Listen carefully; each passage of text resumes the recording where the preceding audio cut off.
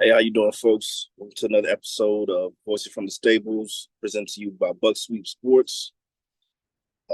Little quick impromptu episode we're doing today. I just got a lot of stuff going on, but I just want to bring you guys some content. We got a big game coming up Friday as Clinton hits the road to take on the Whiteville Wolfpack. Both teams coming into this game 3-0. Another great matchup.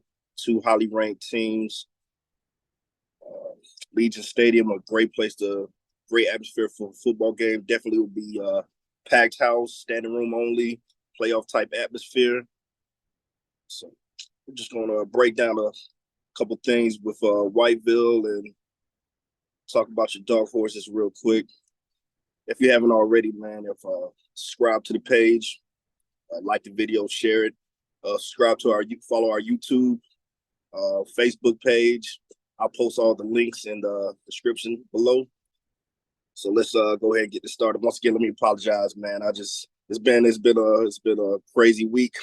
Actually, the last 2 weeks I had to skip out last week due to a hurricane, and just got some prior engagements this week. So just been a really busy time. But like I said, I'm still gonna bring you guys some content if I can. So we're just going to break down a couple things with Whiteville. Like I said, coming into this game, they're 3-0, having to start the season versus Bunn, winning that game 57-14.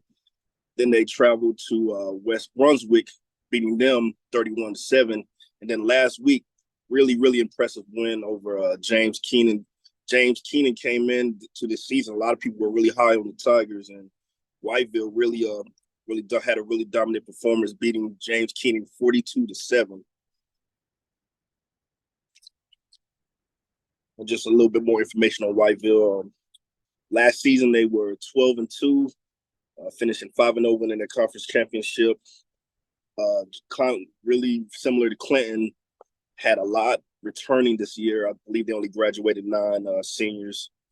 A team that made a really deep run to the playoffs last year, made it to the 4th round before losing to eventual state champion East Dukeland. Like I said, returned a lot this season.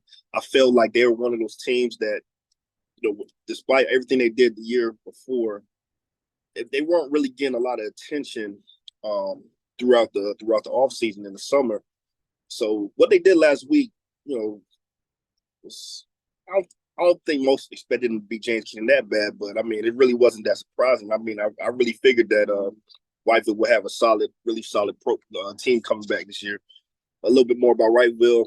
Coached by J.P. Price, started in 2008, so this would be his 6th season. And in that time period, he's amassed a record at Whiteville 47-12, which is extremely impressive. Very consistent, great lineage. Joey Price's son, everybody knows Joey Price, former coach of South Columbus. Wallace Rose Hill won multiple championships with Wallace. JP served as an assistant coach and offensive coordinator during a lot of those championship teams. So, I mean, great coach, a lot of experience. They're gonna be a well-prepared football team. They're gonna run that wing T. They're gonna run it efficiently. So that's just something that Clint's really gonna have to be prepared for. Just a couple of players from Whiteville that I thought stood out, and some that I really heard a lot about. Started with on the defensive side of the ball, number 2, and I apologize if I murdered this young man's name, but say Amedius Morse. Yeah, I'm pretty sure I said it. So I apologize if any of his family or friends are watching this, but yeah, but 6'1", 215, senior linebacker. Ball hawk hitter, man. He's a thumper. That's somebody that Clint's really gonna have to count for. Definitely got to put a hat on that young man. He flows to the ball very well. Quick twitch linebacker, good speed. Like I said, he hits, man. He's good. He'll bust up play. Also on that defensive line, number 22, Jamal Falk. Plays defensive tackle, plays some fullback for him. Big physical kid. low center of gravity, hard to tackle, hard to block. For us Clint fans, he reminds me a lot of you guys remember Jalen Smith. Jalen Smith, really outstanding fullback for us a couple of seasons ago. He's that type of. He's built like that. He's that type of player. So, you know, for somebody, just another guy that the Clint offensive line is going to definitely have to account for and make sure you put a hat on him because he could wreak some havoc in the backfield. Got a brother on the defensive line as well. Good size, like I said, Whiteville, good size. All that front seven, very aggressive, good speed, good tackling. In comparison to Wallace, where I felt like Wallace's defense would be what would hold them back, it's the total opposite with Whiteville, man. I feel like they're a lot more balanced, especially their defenses. This would be the best defense we've seen so far this season. Just flipping on the other side of the ball, quarterback, number 6, Luke Odom. Senior, lots of experience, mobile, nice arm. Looks like he was and really had a lot of good control of the offense. Look poised, man. They run a lot of design quarterback, runs for him. Good athlete. Definitely somebody that Clint's going to have to account for. One of his main targets, Will Fisher, number 3, plays wide receiver, plays defensive back, and he was also Luke was hurt a game or two, so he filled in as a quarterback. So that's just something else you got to look out for. Trick plays. He handled the offense pretty well as the quarterback, but as a wide receiver, looks like his big play wide receiver. First play of the second half against James Keenan, he had a 65-yard touchdown reception. Defensive side of the ball hog, high points the ball very well. Just somebody that we'll have to definitely pay attention to where he's lined up on the field.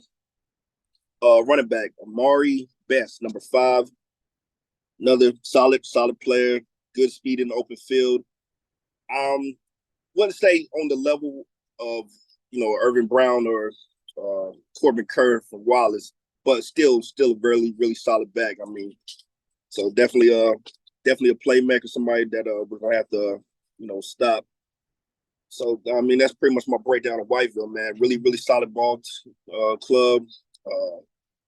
Despite what happens tonight, win or lose, they're gonna be somebody that teams will have to pay attention to. They're gonna I see them making another deep run to the playoffs. Really solid team, really solid coaching staff.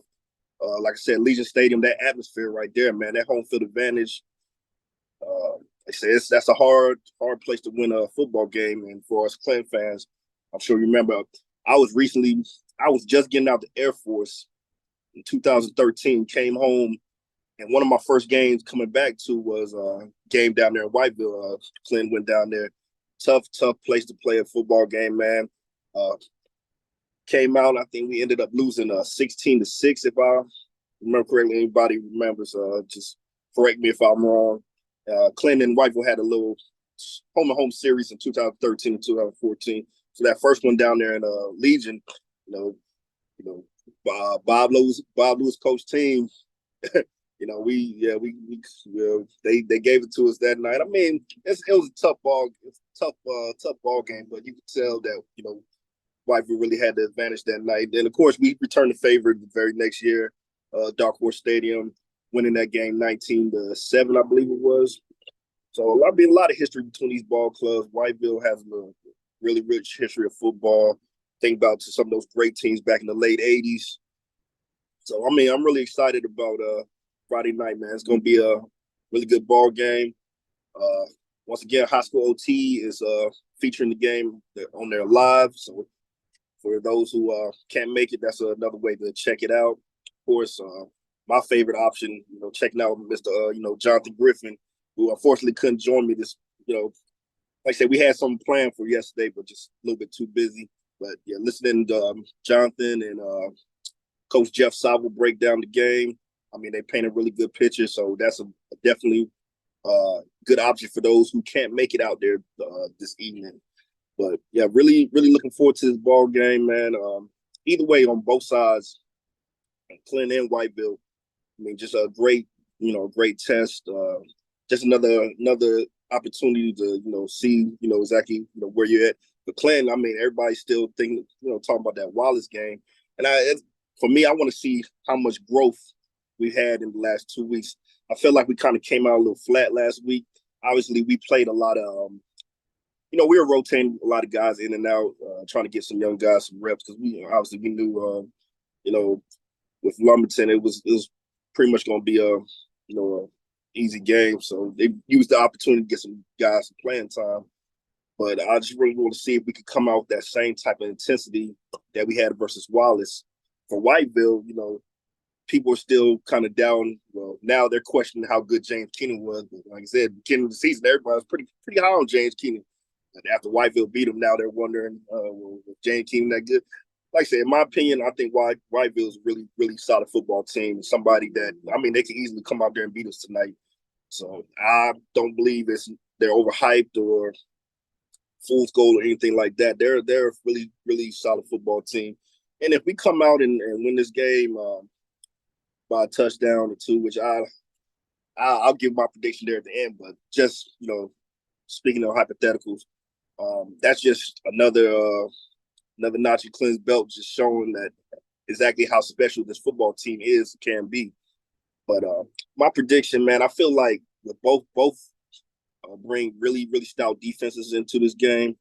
Whiteville's only allowed 28 total points in 3 ball games. Same thing for Clinton. Technically, I mean, you can think, Clinton gave up 35. I think one of those was special teams errors, not really, your starting defense. And, of course, a garbage time touchdown versus Wallace. So, like I said, these really, really stout defenses, I feel like this could be a really low-scoring game. And I have my score prediction. I feel like it could be something like a 16-14, 18-14 type game.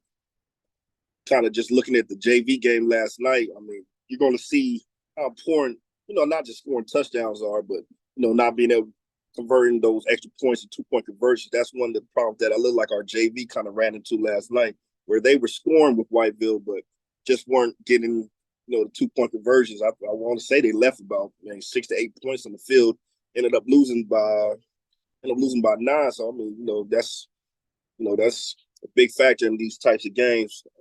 My keys to the game for Clinton, like I said, you got to come out with that intensity, that same intensity you had when you played Wallace. Like Coach Johnson was saying, man, you got to treat every game like that. You can't just come out sleepwalking because you're looking at this this opponent's previous games and previous season, previous records. You got to come out every night with that same type of intensity. So intensity first, and like I said, Whiteville's a good football team. You don't want to give a good football team any help. They don't need help. They're a good team. They don't need your help. Don't help them beat you. So penalties, turnovers. Gotta execute. Gotta be crisp. Penalties could that's potential drive killers, and of course turnovers. For Clinton, the offense has been pretty efficient, especially in that Wallace game. 6 out of 7 possessions, we scored a touchdown. You got to have that type of execution to win this ball game Friday night. On the defensive side of the ball, just like I said, that wing T, man, they can rock you to sleep with, dive here, wham here, and then all of a sudden, boom, waggle, play action. Whiteville, from what I saw, they'll use a lot of different types of formations. So they'll come out wing T, they'll come out in T formation, they'll come out in spread. So you really got to be, on your P's and Q's as I'm talking to my defensive backs. Like I said, can't get rock to sleep with the runs, because I saw last night JV got hit with a couple of passes. So, and even in that Wallace game, there were a couple times where Wallace had an open guy and the quarterback just didn't see him, or just didn't make the play. So just really got to be on your P's and Q, execute, man. Everybody do their job. That front seven for Clinton, man, just do what you've been doing. Wallace gave us a little trouble with tempo, and I'm sure Whiteville probably picked that up on film. So they may try to lose something like that, but we adjusted to it well. But like I said, this game's gonna be won in the trenches, man. Offensive line, defensive line, whoever could really reset and control that line of scrimmage. Um, Offensively for Clinton, like I said, just Josiah Milon's gonna, Josiah Milon.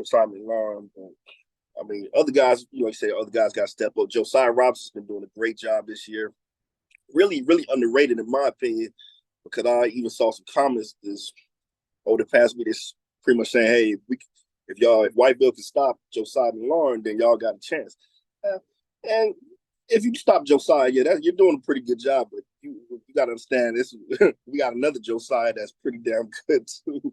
So I mean, Josiah Robinson's been doing a great job. Actually, he was my Buck Sweet Sports Player of the Game for his performance last week. 5 touchdowns, 134 yards. He said I feel like he's kind of flying under the radar. And then of course, you got the big man of Morris Williams. You give him the ball, man. That's you don't really see too many guys his size run the way he does. Like I said, we got a lot of great athletes, a lot of weapons. Everybody just do their job, and I feel like Clinton could come out on top. And just like I said, another opportunity to really show, exactly how good this team can be. But I mean, if you guys got any comments or anything, your feelings about the game, please comment below. Like I said, I apologize for not having this content out a little bit earlier and not being able to get my guy Jonathan on. But like I said, just had a lot going on this week. But man, I really appreciate the support that the page and the channel have been receiving. This is just something that I really, really enjoy doing and would like to continue to, make it grow. And I mean, I really appreciate all the love. And like I said, man, subscribe to the YouTube channel. Try to keep on, weekly content. If you're on Facebook, follow us on Facebook, Buck Sweet Sports Podcast. All my former players or parents or current players, man, if you guys got pictures, man, anytime you want to post on the page, post it on the page, no problem. Like I said, it's just something for, just really just trying to uplift, the Clinton football program even higher. Just want to say good luck to the kids tonight. Hope for a safe, injury-free game. All my folks traveling from Clinton to Whiteville, safe travels. Really appreciate how hospitable Whiteville guys have been on press this week, man. Like I said, really ain't been no drama. Of course, like I said, when the game gets started, it's gonna get heated. But I mean, that's seems like a really, really solid group of guys down there. So good luck to them tonight, man. I just hope for a great ball game. But anyway, guys, I'm gonna sign off. Appreciate everyone listening. Appreciate the support. Go Dark Horses.